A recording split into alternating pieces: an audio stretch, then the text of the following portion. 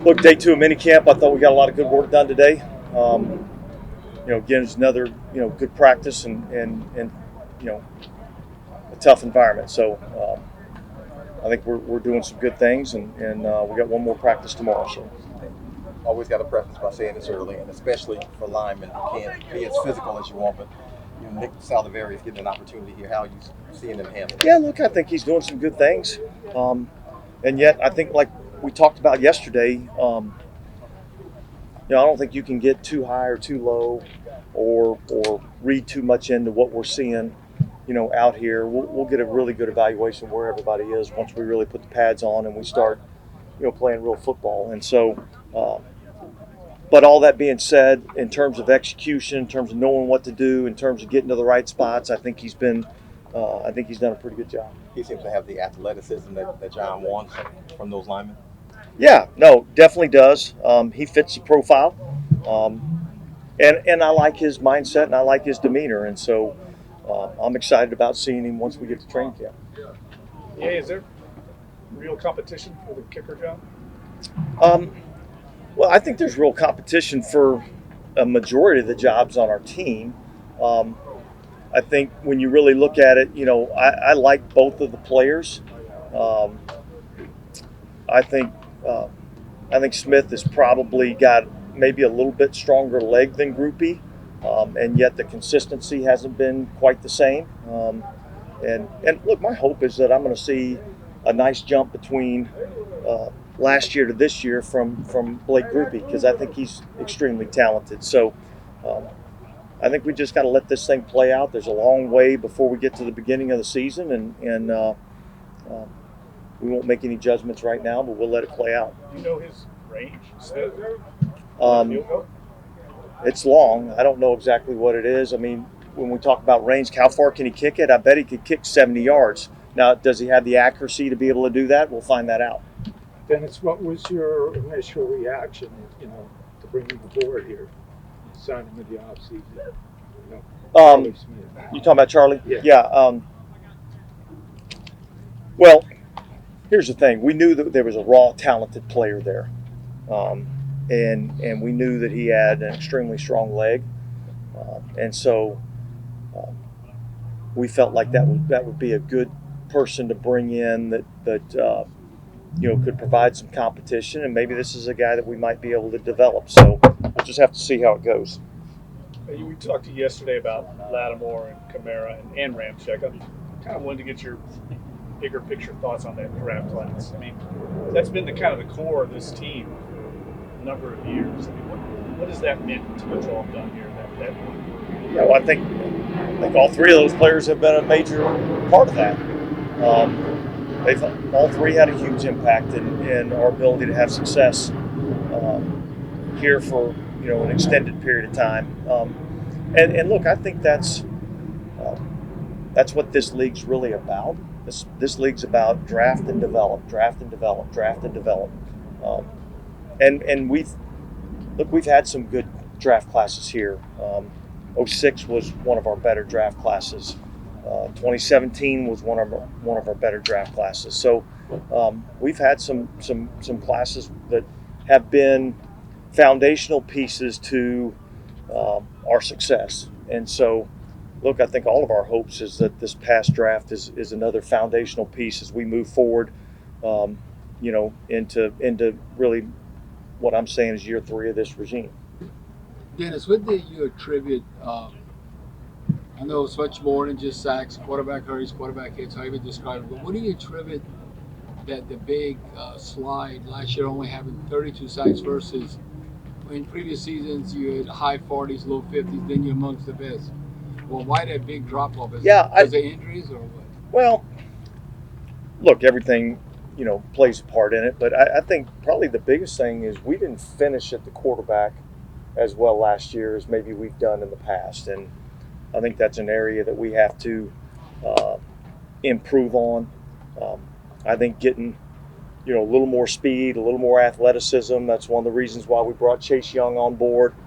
If we can keep Peyton Turner healthy, if Isaiah Foskey can come on like I think he's got a shot to, it gives you, probably more options to go and rush the passer. And so part of that is being able to be in waves, keeping guys fresh.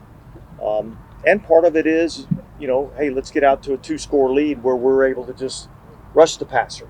And so I think there's a lot of factors that go, involved in that, and being able to, get the quarterback on the ground. When you have a relative down year, and Bobby just asked about, how does that reflect on the job that the defensive backs did last season and being like a top 10 against the pass and their coverage in general? And how does that set the expectation level for Well, yeah. I mean, look, I think there's some things that we did really well. I thought, some of our pass defense, I thought was, one of the better things that we did. I think we've consistently been a solid third down team, solid red zone team. So some of our situational stuff has been good, although it can still improve. I think it's obviously one of our strengths, and certainly pass rush and pass coverage have to be able to work together. So there's probably a little bit more rush and pressure maybe that we've gotten credit for, but I think that's certainly still an area that we need to improve. Dennis, when you look at like last year, your top 10 scoring offense, top 10 scoring defense, if you're able to do that again, isn't that usually like definitely a winning formula? You're holding your opponent down and you score. Yeah, I mean, you would hope that would be the case. I think each game's different. One of the things that we had last year is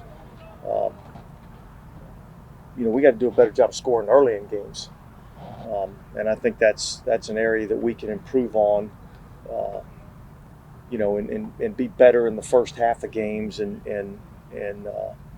I think that helps us. So when you're down by 2 or 3 scores, and all of a sudden you're playing a little bit of catch up, you're scoring some points, but yet I don't know that they're the same meaning as if you're starting off the game and you're getting up 14-0. It changes the whole dynamics of the game.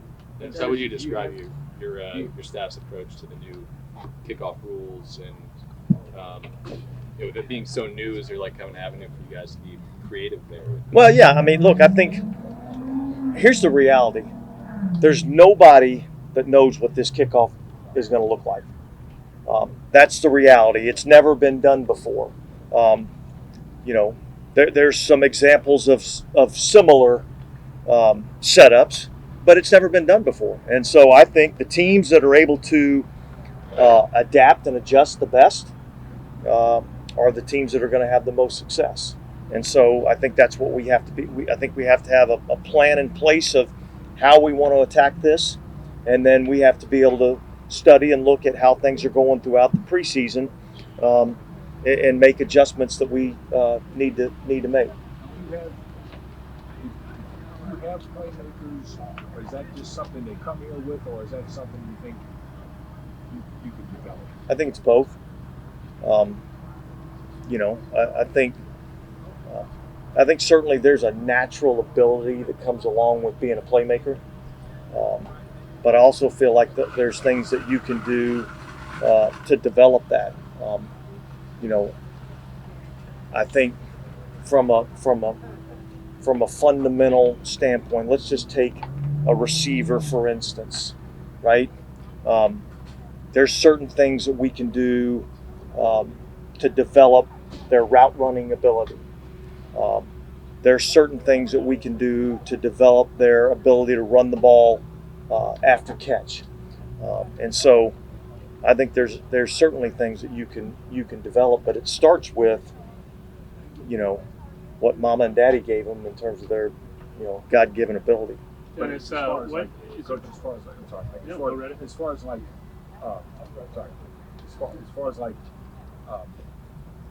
you think maybe like what Bobby was talking about in some of those games, if you had a player or two like that either on offense or defense, that would have made a huge difference last year? Well, look, I really don't want to live in hypotheticals, but you asked the question, so yeah. I mean, look, I think you can go back in any game and generally you can all the plays matter, right? But you can generally point to a handful of plays that really were significant impact plays, and so. Yeah, I think that's something that we need to be better at. That's something that we need to improve, making those, game impacting type plays. Is there anything that stood out to you about either your veteran receivers that you brought in, Cedric Wilson or Equanimeous St. Brown, even beyond what we can chart on the field, intangibles that they might fill a role? Well, I think look, here's the biggest thing. The biggest thing is that you got two veteran players that have come in and put their head down and gone to work, and have bought into the way that we're trying to coach the position, what we're trying to install from a scheme standpoint. I think sometimes one of the challenges you have when you bring in veteran players is they've established themselves and established a way of doing things, and for a lot of these guys, they've been able to have some success doing that, and so the challenge kind of becomes getting guys to buy into what you're doing and how you want to do it. And look, sometimes that process takes longer than others. But I'd say, for the most part, every one of the veterans that we've brought in have come in and bought into what we're doing, offensively and defensively. Is either guy blocker, contested catch receiver, anything in that sort of? I think both of them have that ability. Both of them have some size. Both of them have some physicality. And I think both of them have shown the willingness to want to, be able to put their nose in there and get some of the dirty work done. How about A.J. Perry? What are you seeing from what you guys wanted to see from his growth? Yeah, look, I mean, he's still got a long way to go. That's what we're seeing. We're seeing a guy that's got talent, has shown signs of being a playmaker, and has shown signs of inconsistency. And so I think that's the challenge with all young players is how do you get them to that's what really the development really is. The development is the consistency with which you have to, perform on a day in and day out basis. And I think that's, that's the challenge that we're faced with not only AT but a lot of these young guys. Yeah, you saw Spencer with the Tuesday. Is that going to be a situation where they kind of switch back and forth? Yeah, look, I think that thing's going to battle out all throughout training camp, and so and I don't think that position is unique in that I think there's going to be several positions where you'll see a few different lineup changes along the way, and it's just part of the competitive nature of this game that we play and the evaluation process. Are you seeing Derek get more comfortable in the system? Yeah. I think every day he's getting more and more comfortable, which is good to see. I think, and again, it's going to be a process. We're not nearly the completed work of art. We got a long way to go, but yeah, I think every day that he gets out here, he feels more and more comfortable. Not only with the scheme, but with the players that are around him. You said something yesterday about running the same kind of run plays, but you're teaching it differently. You're coaching concepts differently. Can you expand on that a little bit? What do you mean by that? Well, look, I mean, each here's the deal. In our league, all right, on offense, if you're going to run the football, okay, you have man schemes, you have gap schemes, and you have zone schemes.